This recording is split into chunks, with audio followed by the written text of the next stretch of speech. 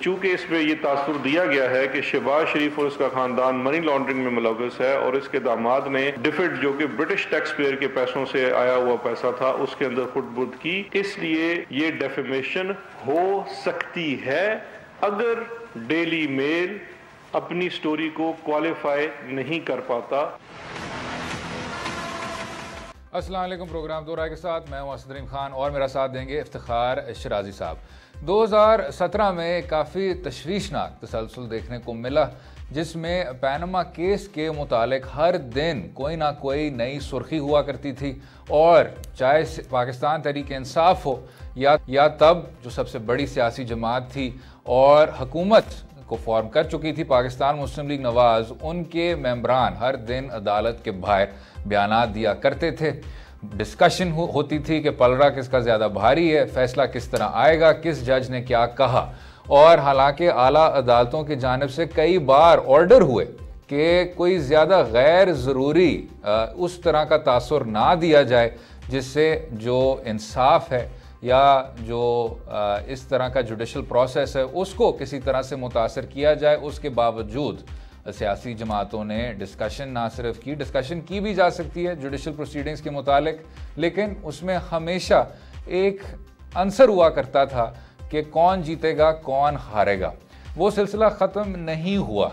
आज भी अगर डेफेमेशन केस को सामने रखें, एक तरफ पंजाब के साबिक वज़ीर आला शहबाज शरीफ साहब और दूसरी जानिब एक बार फिर सूबाई हुकूमत और वफाकी हुकूमत के नुमाइंदे जो कि डेली मेल जो कि इंग्लिस्तान का एक अखबार है उसका केस लड़ने की कोशिश कर रहे हैं। अभी भी शायद वही बात करनी चाहिए कि अदालत को फैसला करने दें और फिर उस फैसले की रोशनी में तनकीद भी की जा सकती है, तारीफ भी की जा सकती है, लेकिन उससे पहले जो सब जुडिस प्रोसीडिंग्स हैं वो सब जुडिस हैं। हाँ, जुडिशल प्रोसीडिंग्स को रिपोर्ट किया जा सकता है और बेहतर होगा कि डिस्कशन भी उन प्रोसीडिंग्स तक महदूद हों। शिराजी साहब किस तरह देखते हैं सर? अभी तो चीज़ें शुरुआत हैं और शुरुआत में अगर आप ये तासुर देने की कोशिश करें कि शायद वो उस केस के अंदर बुनियादी तौर पे कामयाब होंगे तो मेरा ख्याल में दुरुस्त नहीं होगा। फंड्स के अंदर जो खुर्द-बुर्द हुआ है यकीनी तौर पर उसका क्लेम किया गया है तो कुछ ऐसी चीज़ें यकीनन अखबार के पास हों कि जिसकी बुनियाद पे ये कहा गया है कि ऐसा कुछ हुआ है।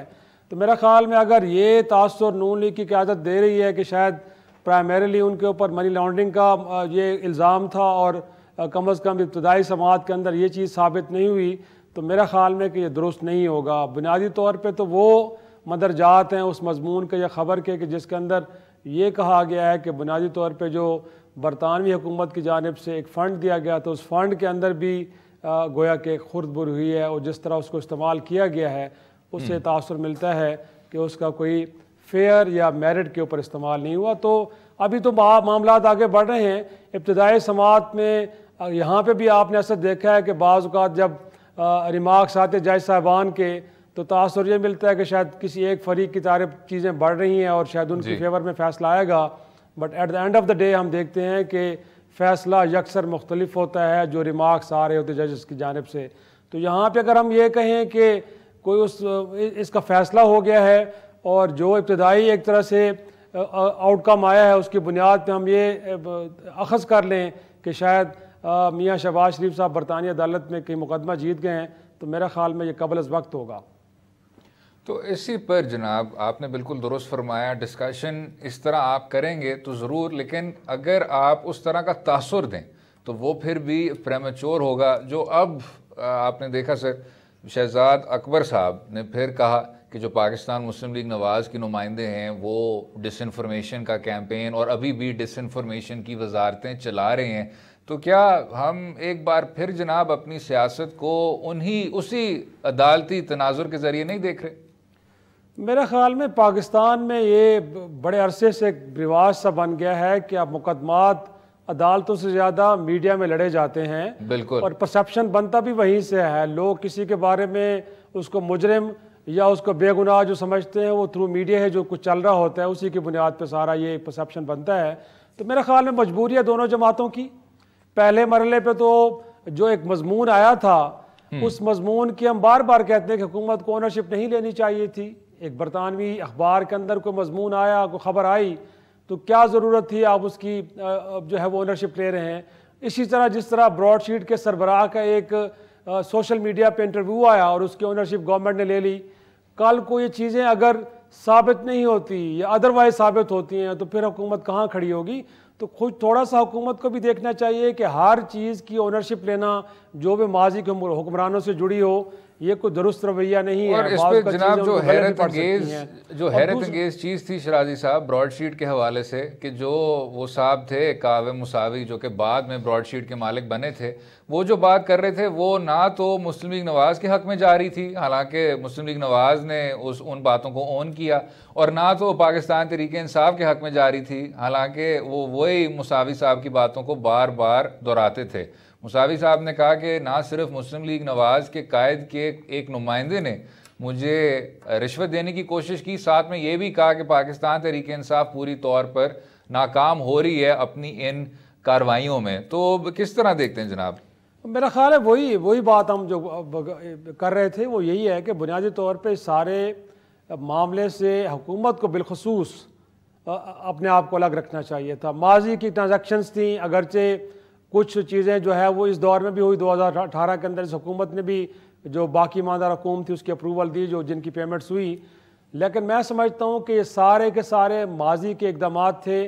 माजी में जो गलतियाँ हुई हैं, आप तो पहले बहुत सारी चीज़ों को प्रोब कर रहे हैं, तो बेहतर था कि ये मामला अगर सामने आया भी था और कहीं से मुतालबा होता तो ज़रूर आप इस मामले को प्रोब करने के लिए एक कमीशन बनाते, जो कि बन भी गया है। लेकिन अगेन ये सारा का सारा इनिशिएटिव गवर्नमेंट ने खुद लिया। गोया कि लगता ये था कि हुकूमत इस इंतज़ार में थी कि कोई ऐसी खबर आए, कोई ऐसा इंटरव्यू आए और उसके बाद वो कोई ना कोई एक इकदाम उठाएं।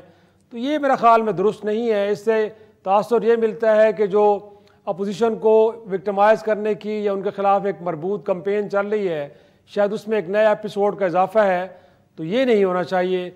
और रह गया मामला अपोजिशन का, बिलखसूस मुस्लिम लीग नून का, इससे पहले कि वो मामलात कोई तय हों, उनको लगता यह है कि मीडिया में अपने आप को आप बेगुनाह साबित कर दें, तो लगता यह है कि फिर अदालतों के ऊपर भी एक दबाव आता है। वो कोई JITs हों, वो कमीशन हों, वो भी दबाव में आ जाते हैं। तो उनकी मीडिया स्ट्रेटजी बड़े अरसे से यही रही है, पनामा से लेके अब तक अदालतें क्या कर रही हैं, अदालतों में क्या फ़ैसले होते हैं, और यकीनी तौर पे हम समझते हैं कि मेरिट पे होते हैं, बड़ा वक्त लगता है, लेकिन मीडिया के थ्रू वो अपने आप को बेगुनाह साबित करने की कोशिश करते हैं, या कम अज़ कम जो अदालती प्रोसेस चल रहा होता है उसको कहीं ना कहीं अपनी कोशिश उनकी ज़रूरत है कि उसको कंट्रोवर्शियल बना दिया जाए।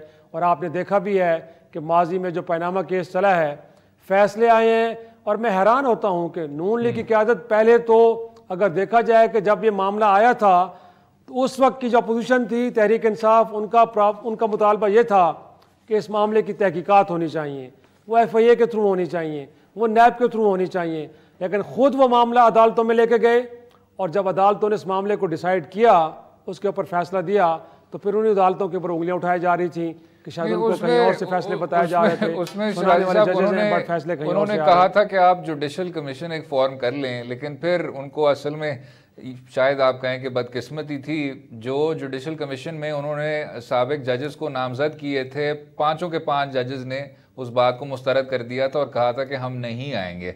फिर आपको याद होगा वो इमरान खान साहब ने लॉकडाउन का ऐलान कर दिया था, और फिर भरपूर एहतजाज हुए थे, KP से PTI का काफिला आया था, और फिर एकदम से फिर इस केस की समाअत हुई थी। तो ये भी सिलसिला कुछ ना कुछ तो अजीब था अशराज साहब। यकीनन अजीब था, लेकिन मेरे ख्याल में अगर पहले मरहले पे बजाय उस वक्त भी नवाज शरीफ साहब कौम से खिताब करना और पार्लिमान से खिताब करने के ये है वो ज़राए जनाबे वाला। जी बिल्कुल बेहतर ये था कि वो पार्लिमान की कमेटी बना देते, या कम से कम पार्लिमान की राय से कोई एक ऐसा कमीशन बना देते, कोई एक तहकीकाती टीम बना देते, जो कि पीपल्स पार्टी ने कहा था। बिल्कुल ऐसे ही है, बिल्कुल ऐसे है। तो कहने का मकसद ये है कि वो अदालतों में जितनी शद्दोमत के साथ अपना मुकदमा लड़ना चाहिए उनको, वहां तो वो लड़ते नहीं हैं, बट मीडिया के थ्रू वो अपने आप को बेगुनाह साबित करने की भरपूर कोशिश करते हैं। और इस वक्त भी जो आपने देखा है कि जो परसेप्शन बनी हुई है कि शायद उनको विक्टिमाइज किया जा रहा है, लगता यह है कि उनकी जो मीडिया स्ट्रेटजी है वो काफ़ी हद तक कामयाब रही है। मीडिया के एंड के ऊपर उन्होंने अपने लिए अवाम के अंदर हमदर्दी ज़रूर हासिल की है। हाँ, ये ज़रूर है कि अदालतों के अंदर वो जाके जजेस को मुतमईन नहीं कर पाए।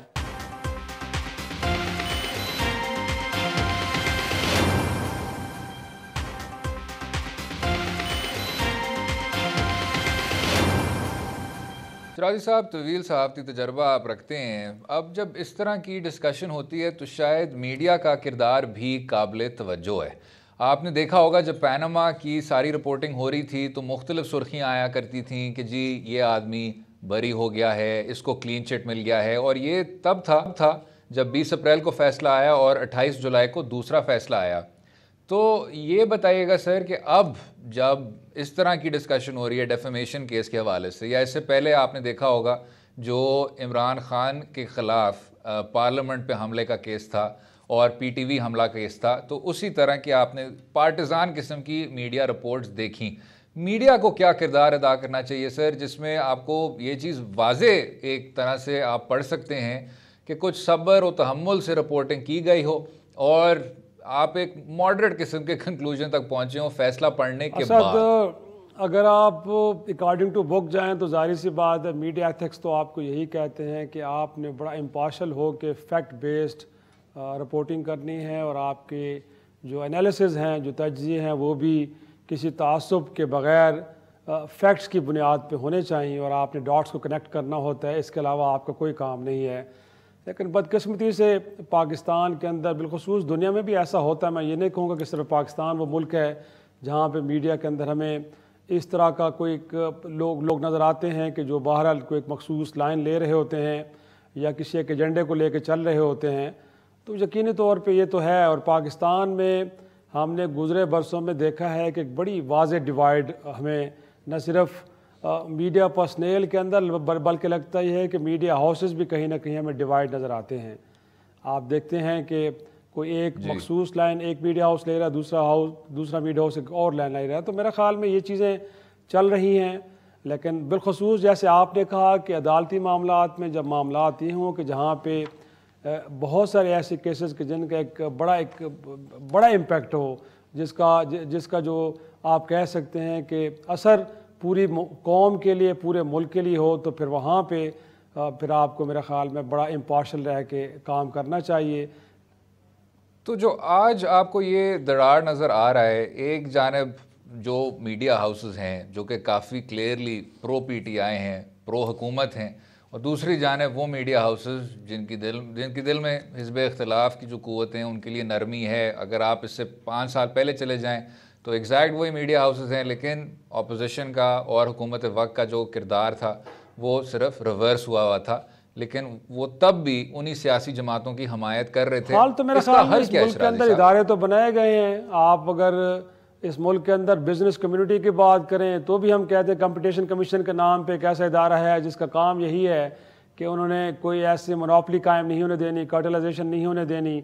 इसी तरह अगर मीडिया को देखा जाए तो मेरे ख़्याल में पैमरा के नाम से या फिर प्रिंट के लिए भी इदारे इसी तरह के मौजूद हैं जिनका बुनियादी काम ये है कि जहां उन्होंने बाकी मामलात को देखना है वहाँ पे इस चीज़ को भी देखना है कि मीडिया फेयरली चीज़ों को कंडक्ट करे। रादर ये है कि वहाँ पे ये तासुर मिले कि एक डिवाइड नज़र आ रही है और डिवाइड के नतीजे में जो है वो चीज़ों को अदरवाइज़ रिपोर्ट किया जा रहा है। तो ये मेरा ख़्याल में इलेक्ट्रॉनिक मीडिया को लेकर बिलखसूस पैमरा का एक किरदार है। उसको बड़े बेस्ट वे में मीडिया को, उन हाउसेस को इंगेज करना चाहिए कि जिनके बारे में उनका ख्याल ये है कि शायद वहाँ चीज़ों को फेयरली नहीं देखा जा रहा। तो होता तो यही है असद, लेकिन फिर अगेन यहाँ पे डिबेट यही है कि क्या वो इदारे के जिनका काम बुनियादी तौर पे चीज़ों को एड्रेस करना है, क्या वो बेहतर अंदाज में काम कर रहे हैं। तो फिर हम यही कहते हैं कि वो नैब का इदारा हो, वो FBI का इदारा हो, वो FIA हो, या यू नेम इट, आप इदारों के नाम लेते जाएं। तो जाहिर सी बात है अगर मसाइल बजाय ख़त्म होने के बढ़ रहे हैं और चीज़ें अदरवाइज़ हो रही हैं तो इसका मतलब यही है ना कि इदारे अपना काम नेक नीति के साथ और बेहतर अंदाज में नहीं कर रहे। अगर करें तो यकीनी तौर पे हम ये नहीं कह सकते कि इन सारी चीज़ों को ठीक करने के लिए कहीं सिस्टम या मैकेनिज़्म मिसिंग है। वो अपनी जगह पे मौजूद है लेकिन वो बेहतर अंदाज में काम नहीं कर रहा और यही वजह है कि चीज़ें इस तरह हो रही हैं। बिल्कुल ठीक। इसी पर वक्फे के बाद बात करेंगे। सदर पाकिस्तान आरिफ अलवी साहब ने सेनेट के इंतखाबात में तरमीम का ऑर्डिनेंस प्रोमलगेट कर लिया है। इलेक्शन एक्ट 2017 को अमेंड किया, उस पर बात करेंगे। स्टे विद अस।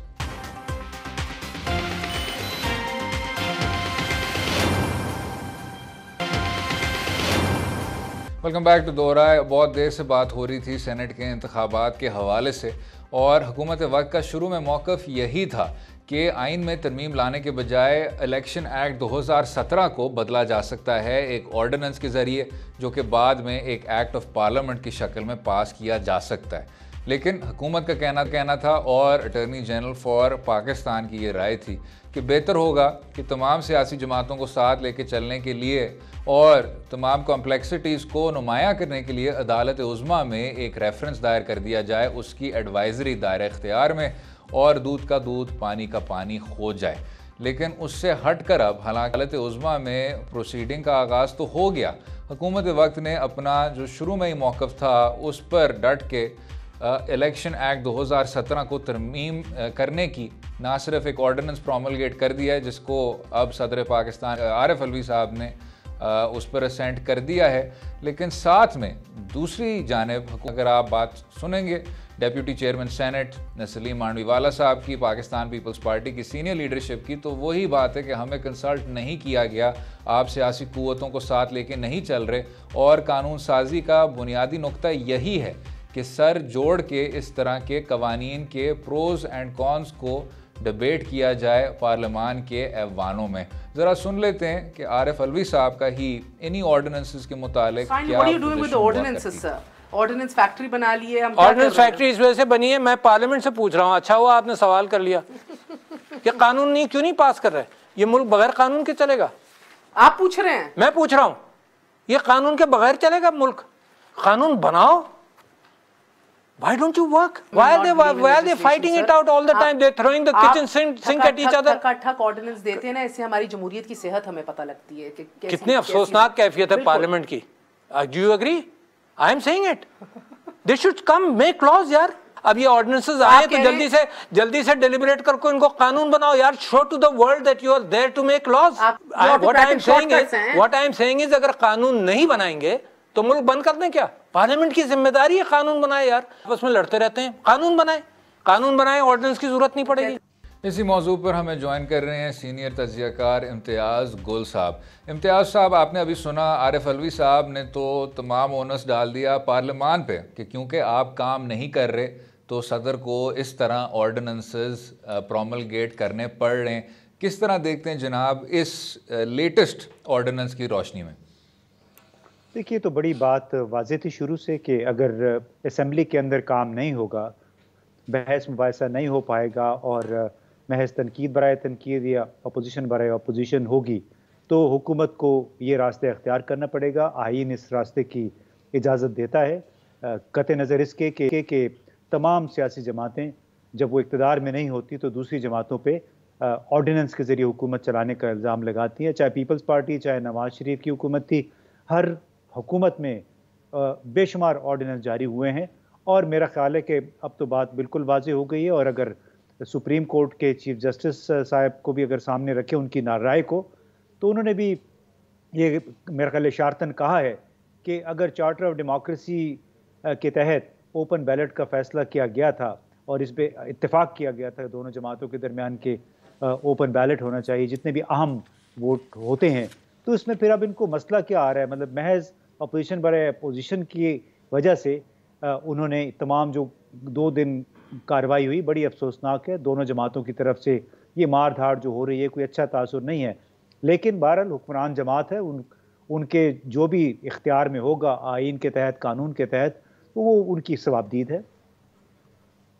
लेकिन इम्तियाज़ साहब, दुरुस्त के हुकूमत के पास आइनी तौर पे रास्ता मौजूद है कि वो इस तरीके से भी मामलात को आगे लेके चल सकती है, लेकिन अपोजिशन के जितना भी गिला कर लें, और जैसे आपने कहा कि चार्टर ऑफ डेमोक्रेसी के तहत भी उन्होंने ये फैसला किया था कि जब ये जमात इक़्तिदार में आएंगी तो इस प्रोसेस को बदला जाएगा और शो ऑफ हैंड के ज़रिए इंतखाबात होंगे, और वो भी इस बात पे यकीन रखते हैं कि शायद वहाँ पे करप्शन का एक एलिमेंट मौजूद है जिसको ख़त्म होना चाहिए।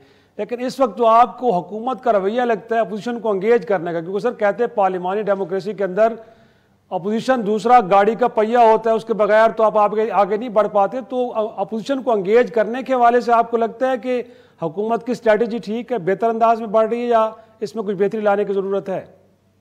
नहीं, मेरा ख्याल है कि ये हिकमत अमली दुरुस्त नहीं है। आप हर वक्त हुक्मरान हुकूमत में रह के अपोजिशन का किरदार नहीं अदा कर सकते। बहरहाल आपको टोन डाउन करना पड़ता है, अपने जो नाराबाजी है उसकी बजाय आपको मसलतमेज़ अंदाज इख्तियार करना पड़ता है, क्योंकि बिल आखिर दूसरे नुमाइंदे कई नज़र इसके कि वो इस हुकूमत को सिलेक्टेड कहते हैं।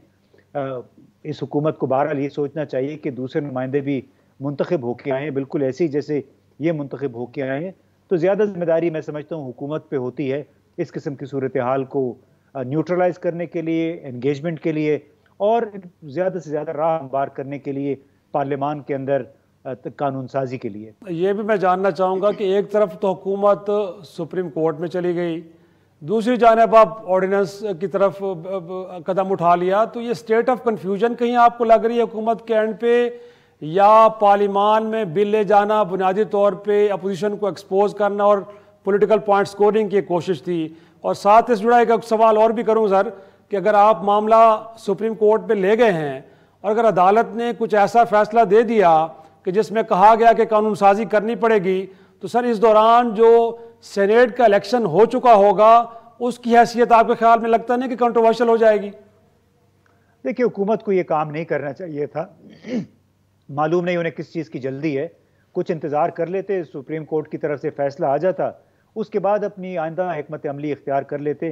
क्योंकि ये तो नहीं हो सकता कि अगर अब सुप्रीम कोर्ट ने अपनी राय दे दी कि आप ये नहीं कर सकते, तो फिर हुकूमत को तो काफ़ी खिफ़त उठानी पड़ेगी।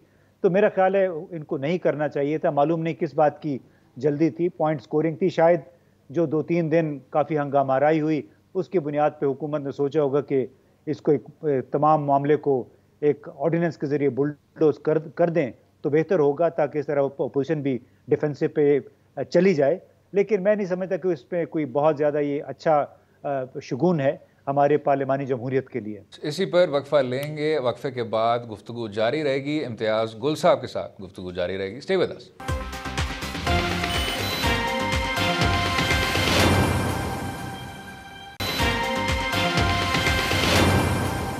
सदारती ऑर्डिनेंस के मुतालिक बात हो रही थी, जरा सुन लेते हैं पाकिस्तान मुस्लिम लीग नवाज की नायब सदर का। जब ऑपोजिशन मैनेज नहीं होती तो वो अपने बड़ों को फोन करता है कि भाई प्लीज मेरे से ऑपोजिशन मैनेज नहीं हो रही, जरा एक दबका तो लगाओ। आजकल हमारी जमात को फोन आते हैं, इमरान खान के बड़ों की तरफ से फोन आते हैं, हमें कहा जाता है आपकी बड़ी मेहरबानी, जो सेनेट में लेजिस्लेशन होनी है शो ऑफ हैंड्स के जरिए या ओपन बैलेटिंग के लिए, उसमें इमरान खान का साथ दे दो, आपको अल्लाह का वास्ता है। अच्छा इम्तियाज़ साहब, ये हिज़्ब इख्तिलाफ की काफ़ी वाज़ेह तनकीद है और मैं ज़रा इसको जोड़ना चाहूँगा इस हुकूमत की कानून साजी के हवाले से कारकर्दगी से। अब आप देखेंगे कि जो तनकीद की जा रही है, जो आरिफ अलवी साहब से भी पूछा गया था कि ये एक ऑर्डिनेंस फैक्ट्री है, वज़ीर आज़म इमरान खान साहब का भी यही कहना था कि हम इसलिए इतने ज़्यादा ऑर्डिनेंसेस को पास कर रहे हैं क्योंकि सिंपल सी बात है हमारी सेनेट में अक्सरियत नहीं है। अब जब इस तरह के इंतखाबात होंगे तो आपके करीब सर क्या आपको लगता है कि लेजिस्लेटिव प्रोसेस कुछ तब्दील हो जाएगा और पाकिस्तान तहरीक इंसाफ फिर पार्लियामान को एक तरह से उसके वकार को बहाल करेगी, उधर डिस्कशन होगी, एक्ट्स पास होंगे, या एक बार फिर बुलडोज़र के ज़रिए और इस बार 2/3 अक्सरियत के ज़रिए आपको ये सिलसिला एक तरह से जारी देखने को मिलेगा? देखिए, ये तो अब हुकूमत पे है कि सेनेट इलेक्शन में कामयाबी के बाद उनकी सीटों में इजाफा हो जाता है, 51, 52, 53 सीटें उनकी हो जाएंगी, कि वो आया ख़ुद को कंफर्टेबल महसूस करते हैं आइंदा कानून साजी के लिए, क्योंकि अक्सर मामलात सेनेट में आके रुक जाते थे। लेकिन बहरहाल एक बात वाज़ेह है कि इस तरह की महाजराई की सूरत हाल नहीं चल सकती है बहुत ज़्यादा अरसे तक, और उसमें उसका एक ही अल्टरनेटिव होता है कि फिर आप असम्बली को पैक कर दें, इमरजेंसी लगा दें और किसी एक को चीफ एग्जीक्यूटिव बना के मुल्क के मामलात को चलाएं, जो कि ज़ाहिर है किसी की भी ख्वाहिश नहीं होनी चाहिए और ना ही ऐसा होना चाहिए, क्योंकि हमारे एक इस्टेब्लिश्ड एक सेट पार्लियामानी सिलसिला चल रहा है। उसमें अलबत्ता एक बात मैं ज़रूर कहूँगा कि जो लोग जितनी भी अपोजिशन जमाते हैं जो बार बार वो कह रही हैं कि सिलेक्टेड वज़ीर आज़म, सिलेक्टेड हुकूमत या सिलेक्टेड पार्लियामेंट, तो उन्हें बहरहाल ख़ुद भी कुछ इंटेग्रिटी का मुजाहरा करना होगा कि जिस पार्लियामान को वो सिलेक्टेड कहते हैं वो खुद भी उसी पार्लियामान में बैठे हुए हैं। तो ये एक अजीब सी बात है कि जब वो खुद यहाँ पे होते थे, इन्हीं हालात में बरसर इक़्तिदार आए थे, तो उस वक्त सिलेक्टेड नहीं थी। अब जो है ये सिलेक्टेड हो गई है। हमें, मेरा ख्याल है, इनको ज़्यादा बुर्दबारी का और मैच्योरिटी का मुजाहरा करना होगा, एक दूसरे को एकोमोडेट करना होगा। पीटीआई के लिए भी ये बात बिल्कुल एक, उनके लिए भी एक मशवरा यही है कि इन सब जमातों को मिल के एक दूसरे को बर्दाश्त करें और अपनी बारी का इंतज़ार करें। अलबत्ता ये हमें ज़हन में रखना चाहिए कि जो जिन खातून का आपने अभी ये साउंड बाइट भी सुनवाया, या आपसे पहले शायद प्रोग्राम में आपने बिलावल जरदारी का भी कुछ सुनाया हो, मैं तो ये पूछता हूँ कि इनकी क्वालिफिकेशन क्या है। बिलावल जरदारी के कुछ 24-25 उसकी जायदादें हैं, मतलब उसका हुकूमत चलाने का या गवर्नेंस का, कोई कारोबार चलाने का तजुर्बा क्या है? क्या इनके वालिदैन और ये खुद कोई प्रॉपर्टी डीलर हैं, जो कि इनके पाकिस्तान और पाकिस्तान से बाहर इनकी 2 दर्जन जायदादें इनकी हैं। दूसरी तरफ क्या ये लोग झूठ के साथ समझते हैं कि झूठ बोलना बिल्कुल दुरुस्त बात है, कि ये जो खातून जो बातें कर रही हैं और जो कहा करती थी कि मेरे तो यहाँ तो लंदन, तो क्या यहाँ भी कोई जायदाद नहीं है? मुझे नहीं समझ आ रही कि आया इस मुल्क में मोरालिटी, अखलाकियात या इंटेग्रिटी नहीं, वो ये है ना इम्तियाज साहब, इस तरह के, क्योंकि एक जो मरियम साहिबा हैं वो मुस्लिम लीग नवाज़ की नायब सदर हैं, और जो बिलावल भुट्टो जरदारी साहब हैं वो पीपल्स पार्टी के को चेयरपर्सन हैं। चलें, कम उम्र में उन्होंने ये कामयाबी हासिल की सर, इसलिए उनकी बातें सुना, बड़ी ज़बरदस्त कामयाबी हासिल की। और दूसरा इम्तियाज साहब, बिल्कुल आपने ठीक कहा कि इन लोगों की क्वालिफिकेशन क्या है, और बिल्कुल भी ये भी आपने दुरुस्त कहा कि इन लोगों को उस पार्लियामान को एहतराम देना चाहिए जिस पार्लियामान का वो खुद हिस्सा हैं। लेकिन सर, अगर रिसेंट पास्ट में हम देखें, सादिक संजरानी जो चेयरमैन सेनेट है, उनके खिलाफ तहरीक अदम एतमाद आई और ऐवान बाला में अपोजिशन अक्सरियत में होने के बावजूद उनको उस ओहदे से ना हटा सकी, और यकीनी तौर पे अपोजिशन के कुछ लोगों ने अपना कांधा पेश किया होगा उस वक्त हुकूमत को उनको बचाने के लिए। और हमने देखा और आपने भी देखा कि उस वक्त शिबली फराज साहब से लेकर दीगर जितने भी हुकूमती अरकान थे वो सारे डेस्क बजा रहे थे। तो सर, ये बड़ा एक दोहरा मेयार नहीं लगता आपको कि जब आपके मकसद के लिए कोई फ्लोर क्रॉसिंग करे और अपनी क़यादत के फैसले के खिलाफ वोट दे तो तब तो ठीक है, लेकिन जब आपके मफादात पे जख्त पहुंचे तो फिर आपको लगता है कि शो ऑफ हैंड होना चाहिए, खुफिया बैलेटिंग होगी तो लोग वोट बेचेंगे। कहीं ऐसा तो नहीं है कि जो इससे पहले खैबर पख्तूनख्वा में इमरान खान साहब के साथ हुआ कि वहाँ पे भी 25-26 लोग थे, ऐन मुमकिन है कि उन्होंने पैसे लेके नहीं बल्कि क़यादत के फैसले के खिलाफ इसीलिए वोट दिया हो कि जो कैंडिडेट दिए जाते हैं शायद वो पार्टी की मुशावरत से नहीं होते। और आपने सर देखा भी है कि 2018 के इलेक्शन में जो कौमी असम्बली और सूबाई असम्बली के नशिस्तों के ऊपर कैंडिडेट का इंतखाब किया गया तो उसके खिलाफ बनी गाला के बाहर बड़े बड़े मुजाहरे हमने देखे हैं कि शायद दुरुस्त लोगों का इंतखाब नहीं किया गया। तो ऐन मुमकिन है कि अब भी खान साहब कुछ ऐसे लोगों को ला रहे हों कि जिनको पार्टी के उन मुंतखब नुमाइंदों की तायीद हासिल ना हो, और यही वजह है कि खान साहब को खदशा है कि लोग उनको वोट नहीं देंगे जिनको वो मुंतखब करने जा रहे हैं। तो क्या यही वजह है सर कि जिसकी बुनियाद पर आप खुफिया बैलेटिंग के बजाय शो ऑफ हैंड या ओपन बैलेट के जरिए करवाने की कोशिश कर रहे हैं इमरान खान साहब? देखिए इफ्तिखार, एक बात तो बड़ी वाज़ेह है कि अगर पार्टी के ऊपर पैराशूट किए हुए लोगों को मुसल्लत करेंगे अहम पोजीशंस पे या सेनेट में, तो उससे ज़ाहिर है पार्टी खुद अंदर से ख़राब होगी। ये पार्टी को बर्बाद करने की तरफ एक कदम हो सकता है। उसमें अगर इमरान खान समझते हैं कि बाहर से लोगों को ला के मुसल्लत करके और वो पार्टी को इसी तरह इंटैक्ट रख सकते हैं, तो वो मैं नहीं समझता कि कोई नेक सोच है, बिल्कुल एक खाम फहमी है। दूसरी तरफ आपने जिस तरफ इशारा किया कि सादिक संजरानी का वोट ऑफ कॉन्फिडेंस, ज़ाहिर है उसमें जैसे आपने भी कहा कि पीपल्स पार्टी ने अपना बहुत बड़ा कंधा फराहम किया था, लेकिन हमें थोड़ा सा माजी से हट के भी सोचना होगा कि अगर मुस्तकबिल के लिए कुछ अच्छा काम होने जा रहा है तो उसमें बुराई क्या है? क्या ज़रूरी है कि हम उसकी वजह उसको एतराज़ महज इस वजह से करें कि चूँकि पिछले इलेक्शंस में भी ये खुफिया बैलेट के ज़रिए काम हो तो लिहाजा आइंदा नहीं होना चाहिए। जब दो बड़ी जमातों ने अपने मीसाक में इस पर इत्तेफाक किया हुआ है, तो अगर तो वाक़ईतन ये उसूली इत्तेफाक था, उन्हें उस उसूल का, उस इत्तेफाक राय का फिर भरम रखना चाहिए। और मैं तो समझता हूँ बैसियत पाकिस्तानी कि ये वाक़ईतन ओपन बैलेट के ज़रिए होना चाहिए, ताकि सेनेट में ये जो उमरा अशराफिया पैसे दे के टिकट खरीद के आ जाते हैं, उसका सिलसिला कम हो सके, वो सिलसिला ख़त्म किया जाए। तो इसी पर से क्योंकि हमारा वक्त ज़रा कम हो, सीनियर तज्ज़ियाकार इम्तियाज़ गुल साहब बहुत शुक्रिया शो में शामिल होने का, अपना कीमती वक्त देने का। इतना ही आज के लिए। उम्मीद है आपको आज का प्रोग्राम पसंद आया होगा। मुझे और शराजी साहब को अपनी राय से भी आगाह कीजिए। कल तक खुदा हाफ़िज़।